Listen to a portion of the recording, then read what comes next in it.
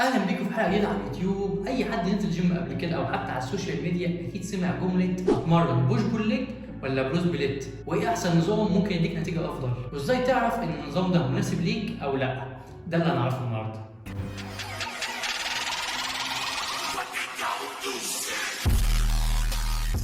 قبل ما ندخل في الموضوع على طول، لو محتاج مكملاتك الغذائيه من مكان موثوق ومنتجات مضمونه، فتحنا دلوقتي الستور بتاعنا دكتور فيت ستور. هحط لكم اللينك في الديسكربشن تحت، او هتلاقوا اللينك في التشانل نفسها، تقدروا تخشوا عليه وتتفرجوا على جميع المنتجات اللي موجوده، ومتاح شحن لجميع المحافظات وبافضل الاسعار. وخلينا نخش في الموضوع على طول. خلينا نتفق على حاجه، مصطلح احسن نظام امشي عليه، المصطلح ده نفسه مش احسن حاجه. ايا كان نظام التمرين اللي هتمشي عليه، لو كان مناسب مع تفاصيل يومك ومناسب مع ظروف شغلك او دراستك وعدد الايام اللي هتقدر تتمرنها في الاسبوع، فده هيبقى احسن نظام مناسب ليك انت. يبقى بدل ما نقول احسن نظام نقول انسب نظام، عشان كل واحد ظروفه غير الثانيه. فاي نظام هتقدر تمشي عليه فتره وتلتزم عليه وهيكون مناسب معاك، ده هيبقى افضل نظام تمشي عليه. وفي انظمه ثانيه كتير، يعني هو ما فيش غير البوش بول ليج والبروس بليت بس هم اللي بيقعدوا يتكلموا عليهم. في انظمه ثانيه كتير، في الارنولد سبليت، في فرونت وباك سايد، ممكن تقسم 3 ايام مثلا بوش بول ليج و3 ايام ارنولد. في انظمه كتيره جدا على حسب مستوى كل واحد والمناسب معاه.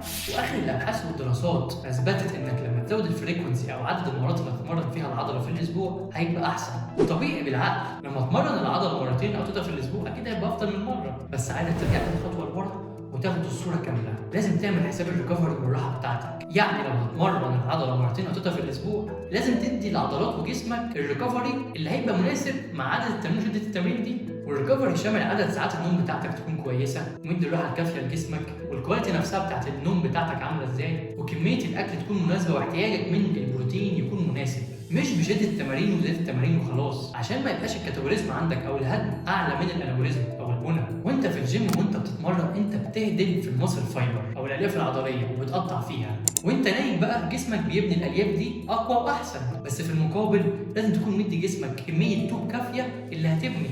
والطوب هنا اقصد بيه الامينو اسيدز، الاحماض الامينيه، بين قوسين البروتين. ولو بتجرب مثلا مع نفسك كذا نظام تمرين، عايز اقول لك على شويه حاجات ممكن تاخد بالك منهم عشان بشوف ناس كتير بيقعوا فيهم، وعشان تعرف تختار انهي نظام هيبقى مناسب معاك. اول حاجه، لازم تكون ظابط الدايت بتاعك والاكل بتاعك مع الانظمه اللي بتجربها. يعني مثلا جربت نظام الف ونظام ب، وانت ماشي على نظام الف كنت ظابط دايت حلو جدا وعمل معاك نتيجه كويسه، لكن لما جيت تجرب نظام ب ما عرفتش تظبط قوي الدايت، فما جابش معاك النتيجه اللي مستنيها زي نظام الف. فتيجي تقول نظام الف احسن من نظام ب، مع ان مش شرط، هو بس جاب معاك نتيجه كويسه عشان خاطر كنت ماشي على دايت كويس. لكن ممكن لما تكون ماشي على دايت كويس مع نظام ب يديك نفس النتيجه او كمان نتيجه احسن. وعاوز اقول لك حاجه مهمه جدا، سواء انت كنت مدرب، كنت لاعب، او كنت بتتمرن نفسك عادي، ما ينفعش تحكم على نظام تمرين او نظام دايت ان هو كويس او وحش لمجرد انه عمل معاك نتيجه او لا. اجسامنا كلها الريسبونس بتاعها مختلف، الاستجابه بتاعتنا مختلفه مش زي بعض. ممكن انت تمشي على دايت او تمرين يجيب معاك نتيجه كويسه،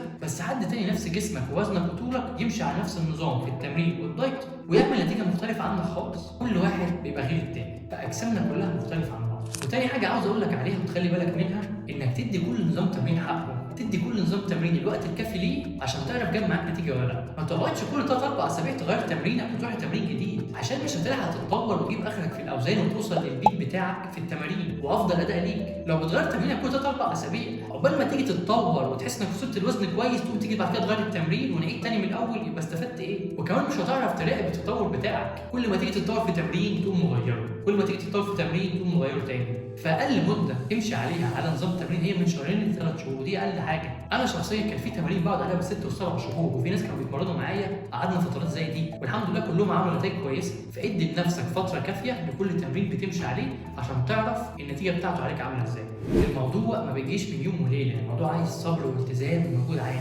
واخر حاجه عاوز اقولها لك، يا عم بتتمرن بوش بول ليج، تتمرن بروس بليت، تتمرن نظام العفريت الازرق، المهم انك تتمرن. طول ما انت بتتمرن وملتزم في تمرينك، سجل الاوزان اللي بتلعب بيها وابدا اسمع لجسمك، وانت هتعرف ايه اكتر نظام بيجيب معاك نتيجه ونظام تاني لا. ولو انت لسه جديد وعاوز تبدا تنزل الجيم وتتمرن وبتشوف فيديوهات كتير قوي على النت ومش عارف تعمل ايه ومحتار وحاسس انك متشتت، او لسه بادئ جديد وبتقعد تلقط تمارين من هنا شويه ومن هنا شويه ومن هنا شويه، في الاخر هتحبط وتتشتت. فامشي من الاول صح واختار كوتش شاطر وانت واثق فيه، خليه هو يوجهك ويشوف ايه المناسب معاك والتزم معاه فتره وهتوصل ان شاء الله اكيد. ما تمشيش عشوائي. ولو حابب تسال على برامج التدريب الاونلاين معايا، هسيب لك لينك التسجيل في الديسكربشن تحت، او ممكن تبعت لي مسج على اكونت الانستجرام وهبعت لك كل التفاصيل. وما تنساش جيت فيت وذ دكتور فيت. واستنى الحلقات الجايه.